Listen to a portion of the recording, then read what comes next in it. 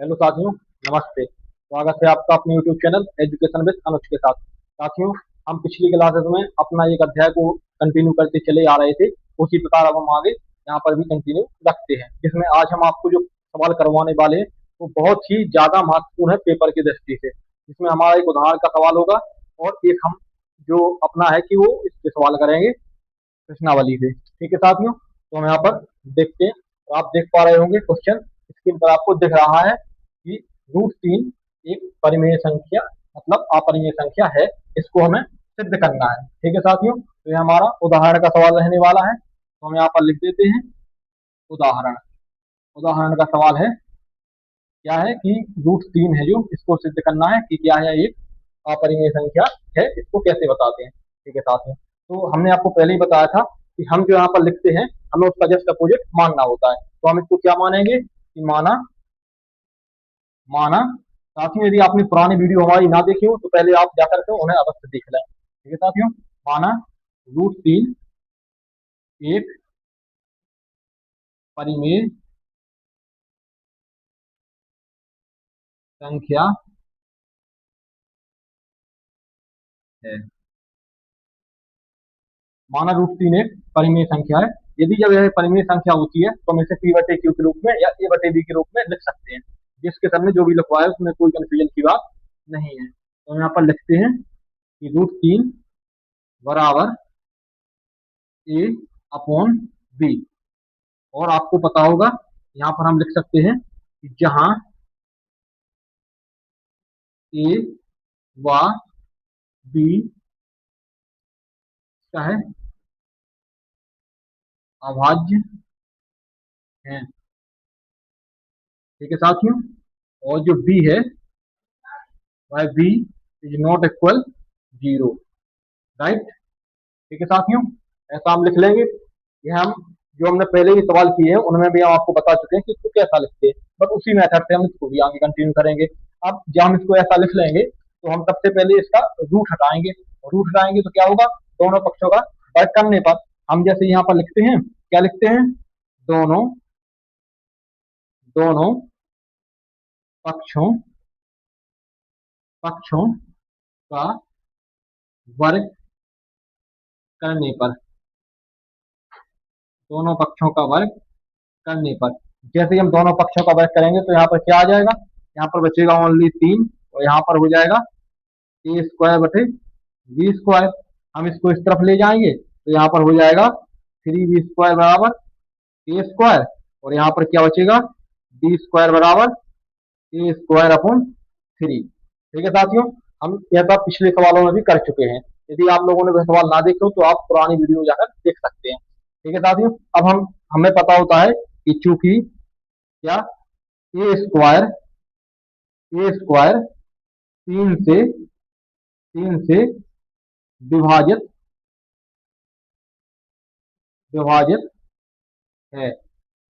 ए square 3 से विभाजित है तो जो हमारा ये होगा वह भी 3 से विभाजित होगा, क्योंकि एक प्रमेय यह कहती है, क्या कहती है, यदि किसी संख्या का स्क्वायर कोई संख्या से विभाजित होता है तो वह संख्या भी उस संख्या से विभाजित होती है। इसलिए ए स्क्वायर 3 से विभाजित है तो यहाँ पर क्या आएगा, ये भी 3 से विभाजित होगा।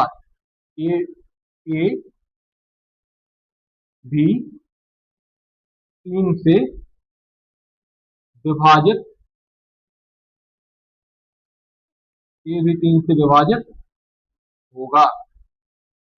जब ए 3 से विभाजित होगा तो हम यहाँ पर एक नया पूर्णांक मानते हैं, एक ऐसी संख्या मान लेते हैं जो पूर्णांक हो। तो हमें वो मानते हम कैसे हैं, हम इस प्रकार मानते हैं इसमें कि जो यहाँ पर ए दिया गया होता है जो भी यहाँ पर उसी संख्या में मानते हैं। तो ए बराबर हम आपको बता देते हैं कि हम क्या मानते हैं, ए बराबर तो मानते क्या है, जो यहाँ पर दिया गया है उसको एक कोई भी एक अन्य संख्या, जैसे कि एक कोई भी चर मान लेते हैं जैसे सी। ए बराबर 3c। पिछले सवालों में हमने ए बराबर 2c माना है, कहीं ए बराबर 5c माना है। तो 5c क्यों मानते हैं, तो यहाँ पर 5 से विभाजित करते हैं, जो रूट 5 का मान निकालते हैं तब। जब हम रूट 2 का मान निकालेंगे तो रूट 2 वाला भी मानेंगे, तो यहाँ पर 2 मानना पड़ेगा। ठीक है साथियों, अभी हम 3 का माने तो यहाँ पर 3 मानेंगे। जब यह हम निकालते हैं तो पिछले सवालों में बता चुके हैं आपको कि हम इसको समीकरण 1 मान लेते हैं और हम यहाँ पर लिखते हैं ए का मान समीकरण 1 में रखने पर ए का मान समीकरण समीकरण एक में रखने पर, जैसे हम इसका मान समीकरण एक में रखते हैं, देख लेते हैं हमें क्या प्राप्त होता है। हम इसमें जैसे इसका मान रखते हैं तो यहाँ पर क्या आएगा, यहाँ पर आएगा बी स्क्वायर बराबर ए का मान है 3c, 3c है तो यहाँ पर 3c लिख देंगे, स्क्वायर लगा देंगे, 3c का स्क्वायर बटे 3 का 3 लिख देंगे। ठीक है साथियों, आप देख पा रहे होंगे हमने इस समीकरण एक में इस ए का मान रख दिया है, बी स्क्वायर का बी स्क्वायर, ए स्क्वायर की जगह पर 3c स्क्वायर और 3 की जो है 3 है जो है सही आ जाएगा। हम जैसे इसको सॉल्व करते हैं तो यहाँ पर आता है बी स्क्वायर बराबर 3 का स्क्वायर 9, सी का सी स्क्वायर अपॉन 3। जैसे ही हम इससे 3 से काट लेते हैं 3 बार जाता है तो यहाँ पर बचता है बी स्क्वायर बराबर 3 सी स्क्वायर अपॉन 3। वो सॉरी यहाँ पर 3 नहीं बचेगा, यहाँ पर बचेगा इतना ही। ठीक है साथियों, तो अब इसके आगे क्या होगा, हम इस 3 को इस तरफ जैसे ही लाएंगे तो इसकी बटे में आएगा, तो हम इसको बदल देंगे क्योंकि तराजू के हम आपको पहले ही बता चुके हैं दोनों पल्ले में से हम किसी भी पल्ले को किसी भी तरफ रख सकते हैं। ठीक है साथियों, तो हम इसको ऐसा भी लिख सकते हैं कि 3c स्क्वायर बराबर बी स्क्वायर। ठीक है, तो हम इसको नीचे अभी लाएंगे तो यहाँ पर क्या आएगा बी स्क्वायर अपॉन 3 बराबर सी। ठीक है साथियों, बी स्क्वायर अपॉन 3 बराबर 3c स्क्वायर। ठीक है साथियों, तो यहाँ पर आप देख पा रहे होंगे यहाँ पर ए स्क्वायर की वजह में 3 है, यहाँ पर बी स्क्वायर की वजह में 3 है। तो हमने क्या लिखा था कि ये और भी सहअभाज्य है, यानी कि यह दोनों ही एक संख्या से विभाजित नहीं हो सकते हैं, और इसमें हमने बताया कि ये दोनों एक ही संख्या से विभाजित हो रहे हैं, तो हमारी यह कल्पना गलत है। ठीक है साथियों, हम यहाँ पर एक पहले अभी एक लाइन छोटी सी वही लिखेंगे, यहाँ पर चूंकि चूंकि बी स्क्वायर ए से चूंकि बी स्क्वायर 3 से विभाजित है, क्या है बी स्क्वायर 3 से विभाजित है, इसलिए इसलिए बी भी 3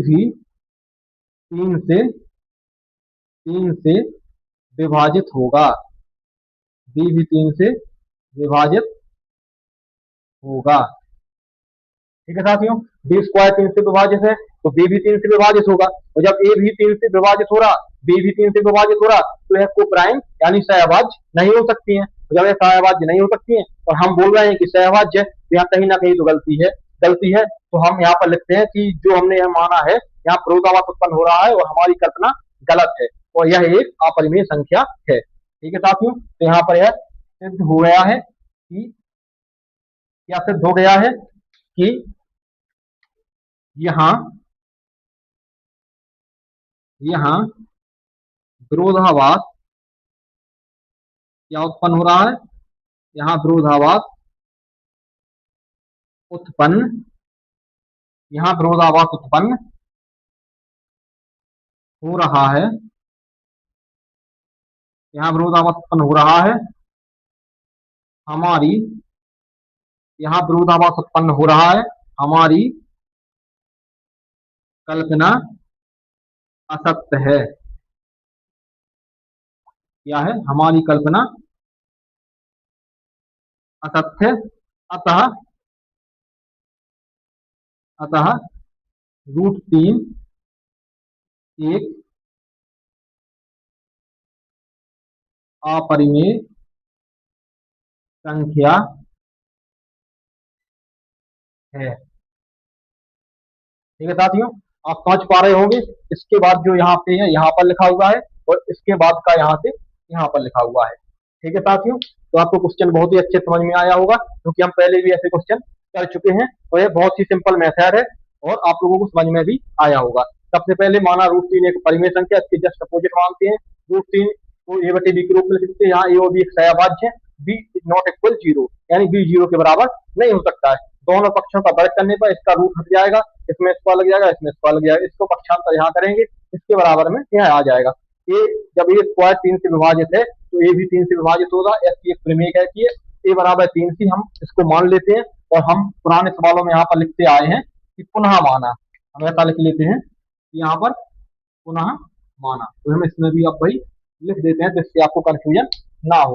पुनः माना ए बराबर 3c, ठीक है साथियों, तो हमने पुनः माना a बराबर 3c, और एक का मान समीकरण एक में रखने पर तो बी स्क्वायर बराबर जो समीकरण एक दिया गया है इसमें ये मान रख दिया है, और इसको मान रखने के बाद हमने इसको सॉल्व किया है तो ये बी स्क्वायर अपॉन 3 आता है, जो 3 से बी स्क्वायर भी विभाजित होता है, और यह दोनों ही एक ही संख्या से विभाजित नहीं हो सकते हैं क्योंकि ये दोनों सहभाज्य हैं, इसीलिए यह विरोधाभास उत्पन्न हो रहा है।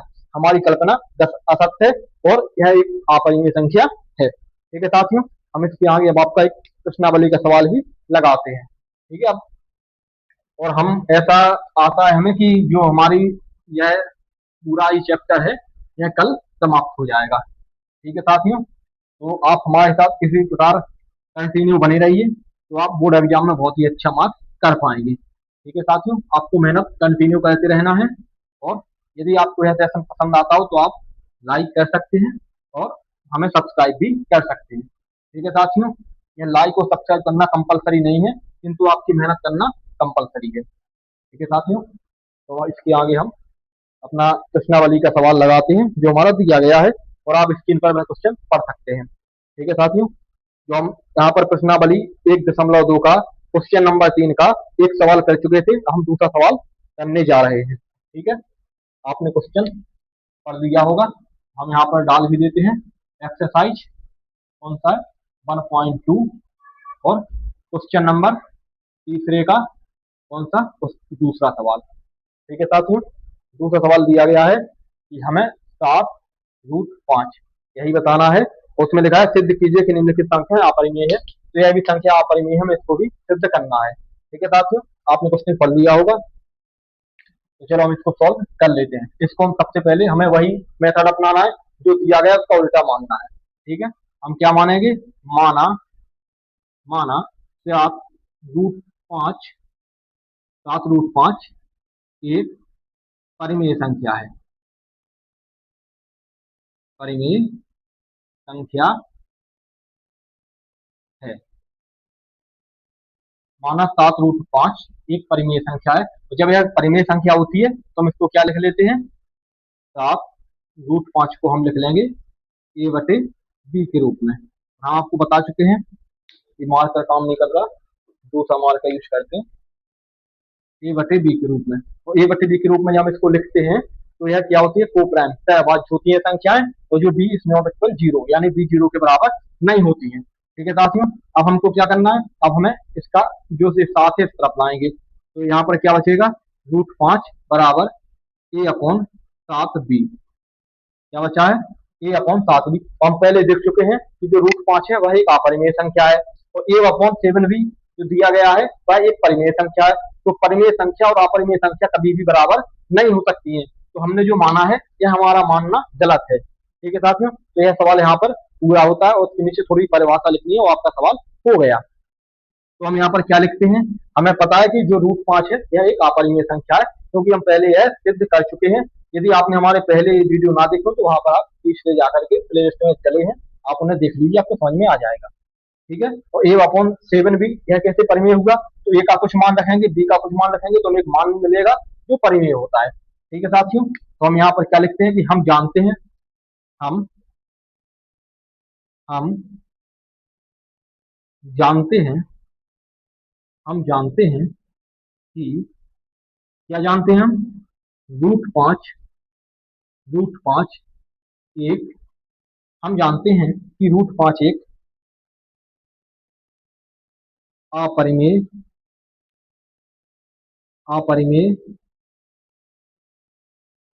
संख्या है। हम जानते हैं कि √5 एक अपरिमेय संख्या है। हम जानते हैं कि √5 एक अपरिमेय संख्या है, और जो ए अपॉन 7 भी दिया गया है यह एक परिमेय संख्या है। तो ये अपरिमेय संख्या और परिमेय संख्या बराबर नहीं होती हैं। हम जानते हैं कि √5 एक अपरिमेय संख्या है, और सॉरी ये भी मार्कर काम नहीं कर रहा,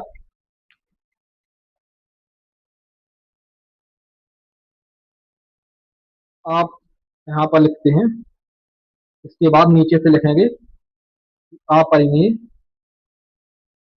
संख्या और परिमेय अपरिमेय संख्या और परिमेय संख्या बराबर नहीं होती हैं। ठीक है साथियों, हम जानते हैं कि √5 एक अपरिमेय संख्या है, तो अपरिमेय संख्या और परिमेय संख्या बराबर नहीं होती है, तो यह विरोधाभास हमारी गलत कल्पना के कारण हुआ है, यानी कि असत्य कल्पना के कारण आ रहा है। तो यहाँ विरोधाभास उत्पन्न हो रहा है, जो हमारी यहाँ विरोधाभास, यहाँ क्या हो रहा है, विरोधाभास उत्पन्न हो रहा है, यहाँ विरोधाभास उत्पन्न हो रहा है। तो क्या है कि जो हमारी कल्पना असत्य है,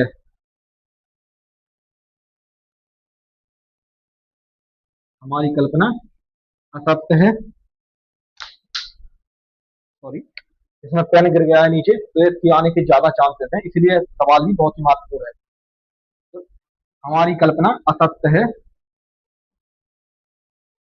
अतः 7√5 एक अपरिमेय संख्या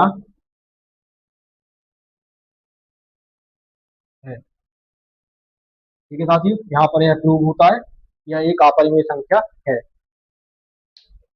ठीक है साथियों, आप देख सकते हैं कि माना जो यहाँ दिया रहता है उसको अपरिमेय सिद्ध करना है, तो हमें यहाँ पर परिमेय मानना होगा। तो माना 7√5 एक ये परिमेय संख्या है, तो इसको a/b के रूप में लिख सकते हैं, a/b के रूप में लिखते हैं, तो इसको हम इस तरफ लाते हैं। √5 हम जानते हैं कि √5 एक अपरिमेय संख्या है, अपरिमेय संख्या और परिमेय संख्या कभी बराबर नहीं होती है।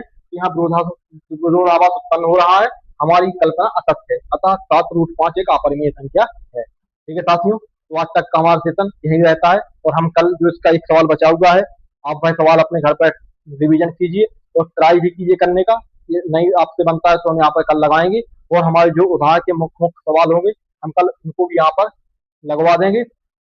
वो साथियों, यदि आप हमसे कोई भी सब्जेक्ट इसके अलावा पढ़ना चाहते हैं तो आप हमें कमेंट बॉक्स में बता सकते हैं। ठीक है साथियों, तो इसके बाद अब हम मिलते हैं अपने अगले सेशन में। जब तक के लिए नमस्ते और जय हिंद साथियों।